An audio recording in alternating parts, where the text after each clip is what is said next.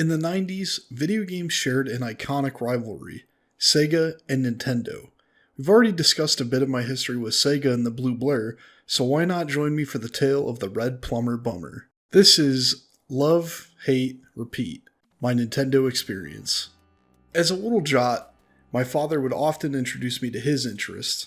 There were things like Hot Wheels and Legos, but most importantly, the Nintendo Entertainment System, otherwise known as the NES. My dad had a pretty nice collection of games for the NES that I wish I could remember, but the standout titles for me were things like Duck Hunt, Super Mario Bros., and Contra. Contra was a big one for us because we liked to play co-op for hours on end. And of course, I would check out other titles like Zelda, Excitebike, and one of my favorite games of all time, Paperboy. Between the NES and Genesis versions of Paperboy, I can't tell you how much time I must have sunk into Paperboy 1 and 2. It was the perfect harmony of simplistic design and addictive gameplay, the same kind of formula that would make me love things like Tetris.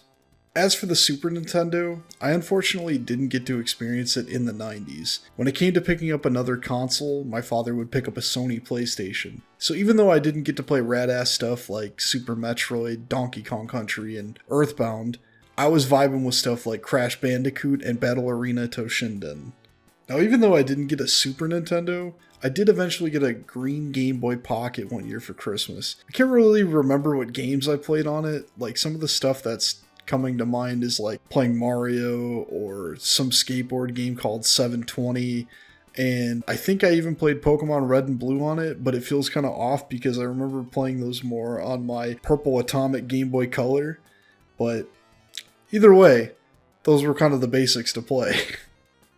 When the N64 dropped, I didn't own one personally right away, but my uncle got one. And Super Mario 64 was an absolute treat. But the N64 was an interesting spot for me because, sure, I love stuff like Banjo-Kazooie, Glover, Cruisin' USA, and Smash, but the real kings of the N64 for me are titles like GoldenEye, Perfect Dark, Star Fox, and even Jet Force Gemini. I had an older cousin that would sneak me games like Duke Nukem and Doom 64, and the N64 is kind of where I learned how much I love the shooter genre, which in hindsight is kind of crazy considering how ass the control schemes for shooters were. Like, using the C buttons to look around in GoldenEye, how did we ever endure that pain? But the modern world of dual stick controls and mouse keyboard gaming have ruined any chance of me going back to revisit those games, but at least they have their nostalgia.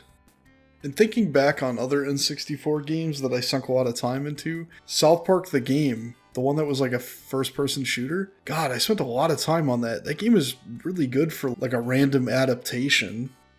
We didn't just play violent video games on the N64, we'd play wholesome stuff like Gretzky 64 and NFL Blitz. Alright, maybe Blitz ain't the best wholesome suggestion considering you could literally body slam players whenever the fuck you felt like it. But hey, there was Mario Kart, Mario Party, and Pokemon Stadium at least. Coming back to Pokemon, I already kind of touched up on that in a previous video, but when I got my Game Boy Color, I was obsessed with Pokemon Gold and Silver. Pokemon also brought out one of my absolute dumbest moments in gaming ever. We were like a day or two away from the launch of Gold and Silver, and I was just kind of gaming, minding my own biz, and I got a poison effect in game. Now, getting a poison effect made the game flash randomly when you walk around, and I was convinced my game was broken. I told my dad, and we went and got my game swapped out for a new one, and shortly after I learned that it was part of the game. I can't really blame myself for being a dumbass little kid, and it's fun to laugh at it now, but holy fuck do I still feel like an idiot. Between all the iterations of the Game Boy, this is just kind of blanket of some of the standout games I would play. I like stuff like Golden Sun, Metroid Fusion, WarioWare, Pokemon Puzzle Challenge, Kirby's Dream Land, and Nightmare in Dreamland. I'm definitely forgetting some other games, but these were some of my favorites.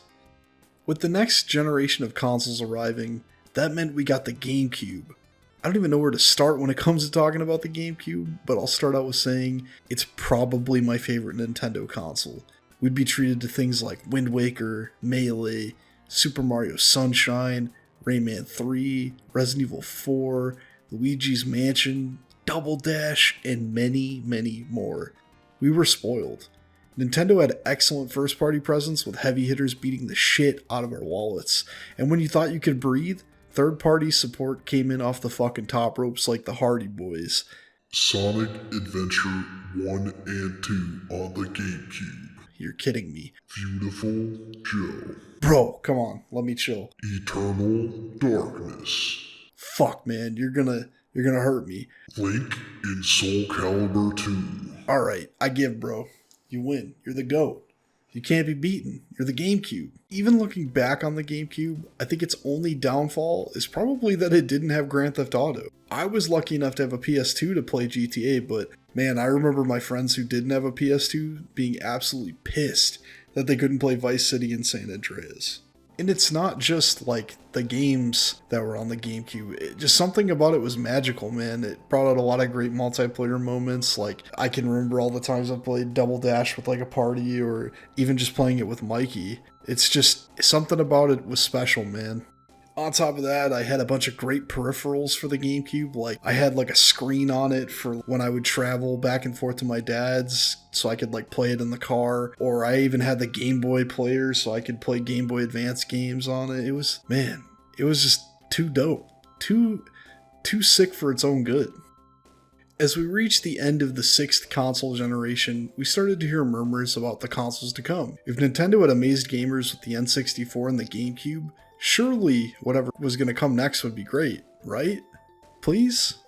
In the midst of console hype, we'd hear about Nintendo's quote-unquote revolution. I remember hearing that code name and thinking it was the hardest shit of all time. It was that kind of name that was simple but tough. It sounded like it was going to kick my ass and body slam me through a stack of tables like the Dudley Boys in '99. Then, Nintendo dropped the real name. The Wii. I thought the name was incredibly stupid, but held my faith for Nintendo. I thought the idea of motion controls were cool, especially when I had seen gameplay for Ubisoft's Red Steel.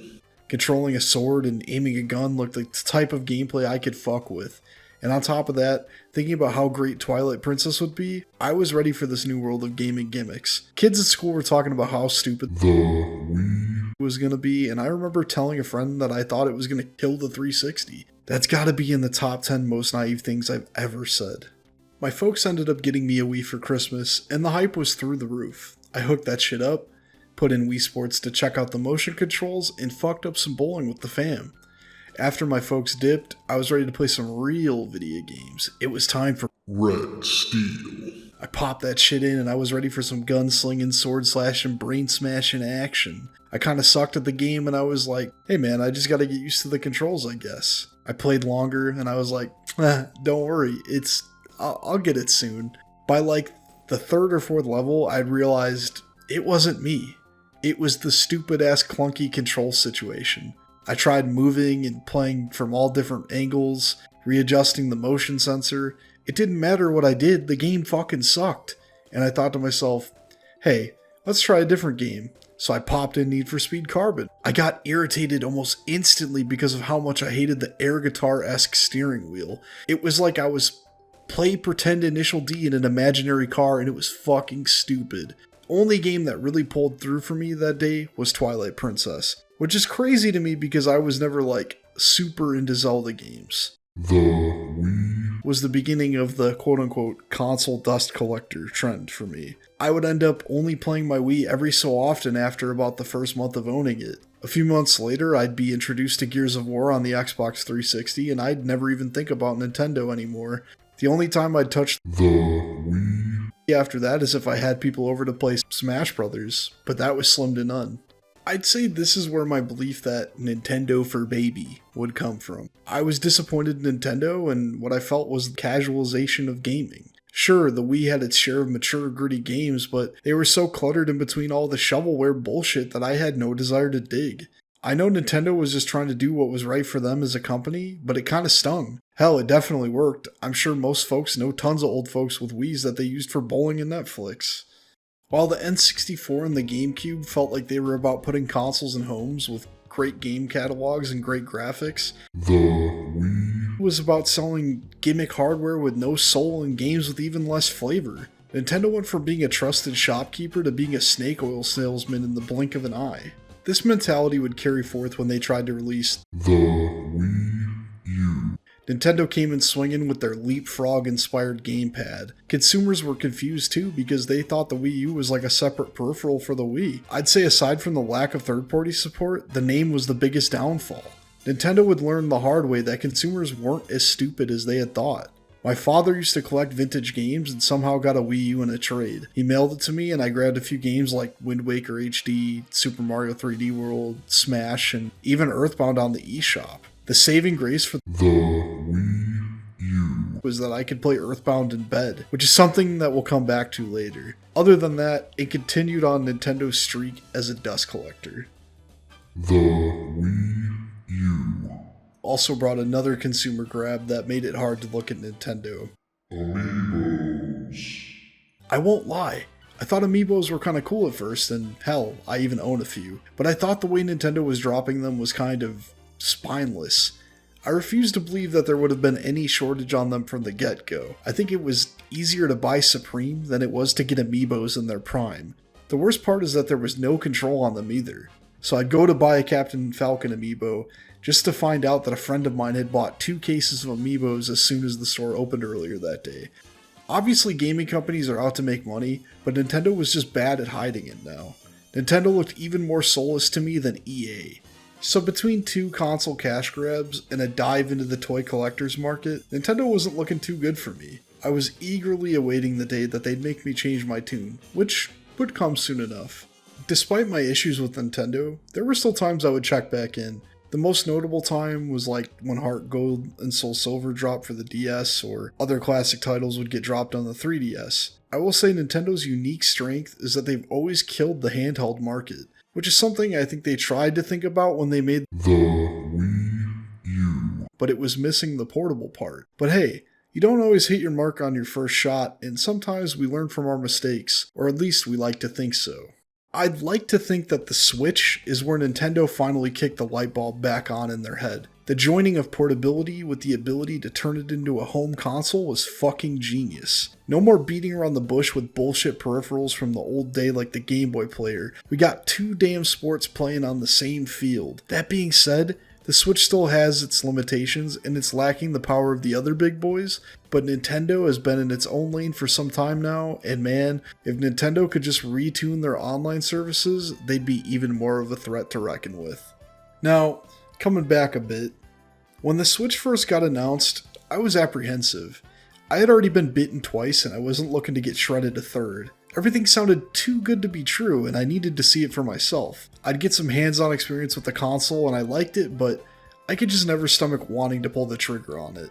I wasn't sure what games I would even play on it since my taste in games has kind of changed over the years.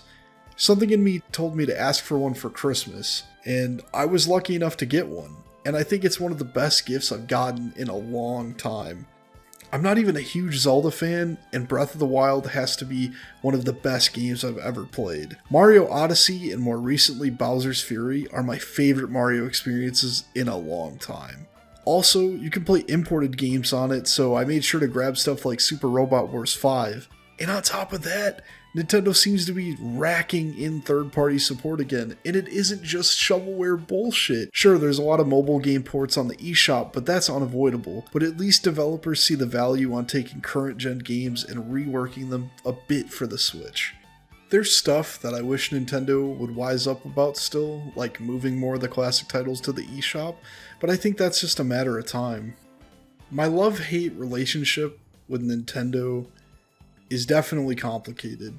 I realized looking back on events that it wasn't just Nintendo changing, but also my interests in gaming changing. Nintendo and I didn't see eye to eye for a bit, but with the Switch, they're slowly starting to win me back. I'm happy to say that I've had my Switch for a little over a year and it hasn't joined the Dust Collector Club.